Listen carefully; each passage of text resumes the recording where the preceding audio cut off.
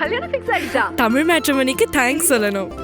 26 வருஷத்துக்கு முன்னாடி இதே தமிழ் மேட்ரிமோனி மூலமா தான் இவ அம்மாக்கும் கல்யாணம் பண்ணேன். கல்யாணம்னாலே தமிழ் மேட்ரிமோனி தான். இது எந்த சூழல்ல நடந்தது? நீங்க தான் ரீகால் பண்ணணும். ஆமாம், இது வந்து அகல்யா அப்படின்னு ஒரு சீரியல். இப்போ வந்து ரெட் ஜெயிண்டில் வந்து உதயா இது ப்ரொடியூஸ் ஏவி ட்ரை பண்ண வீடியோவா கிடைக்கல. அது ஒன்றும் இல்லை, சீனே அவ்வளோதான்.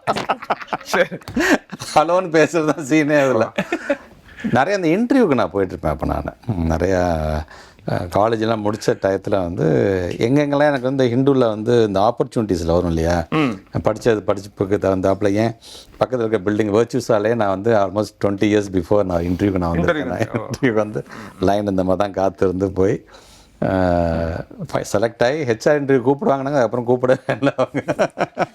ஸோ 20 வருஷம் கழிச்சு திருப்பி இதே இடத்துல வரது எனக்கு ரொம்ப ஒரு புதுமையான ஒன்றா இருக்குது. அப்போ அந்த மாதிரி காமெடி இருக்கும்போது சொன்னாங்க, ஒரு சீரியலில் ஒரே ஒரு சீன் மட்டும் நீ வந்துட்டு போய். அப்புறம் ரொம்ப கிண்டல் அடிப்பாங்க பயங்கரமாக. அதெல்லாம் ஃப்ரெண்ட்ஸ் கேங்கு தான் எல்லாமே.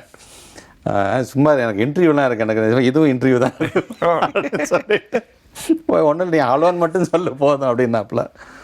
அந்த ஹலோன்னு சொல்கிற ஒரு சீன் தான். ஆனால் அந்த பேர் போடும்போது மட்டும் கொஞ்சம் சின்ன ஒரு இது இந்த ரீகேப் பண்ணி போடுவாங்கல்ல. அதில் இப்போ பார்த்தா ஒவ்வொரு சீரியல் அந்த போடுற அன்னைக்கும் பார்த்தா இந்த சீன் வந்துட்டு ஒரு சீன் மட்டும் வந்துட்டு போ. ஆமாம், அப்போ வந்து கலாநிதி மாறன் கேட்டார் என் ஃப்ரெண்டுக்கிட்ட, ஏண்டா வந்ததே ஒரு சீன் தான், அதையே போட்டுடுமோ, அதில் பெரிய பில்டப் கொடுக்கணும், அதே போட்டுட்ருக்கீங்களா? கல்யாணம் ஃபிக்ஸ் ஆயிடுச்சா? தமிழ் மேட்ரிமோனிக்கு தேங்க்ஸ் சொல்லணும். 26 வருஷத்துக்கு முன்னாடி இதே தமிழ் மேட்ரிமோனி மூலமா தான் இவ அம்மாக்கும் கல்யாணம் பண்ணேன். கல்யாணம்னாலே தமிழ் மேட்ரிமோனி தான்.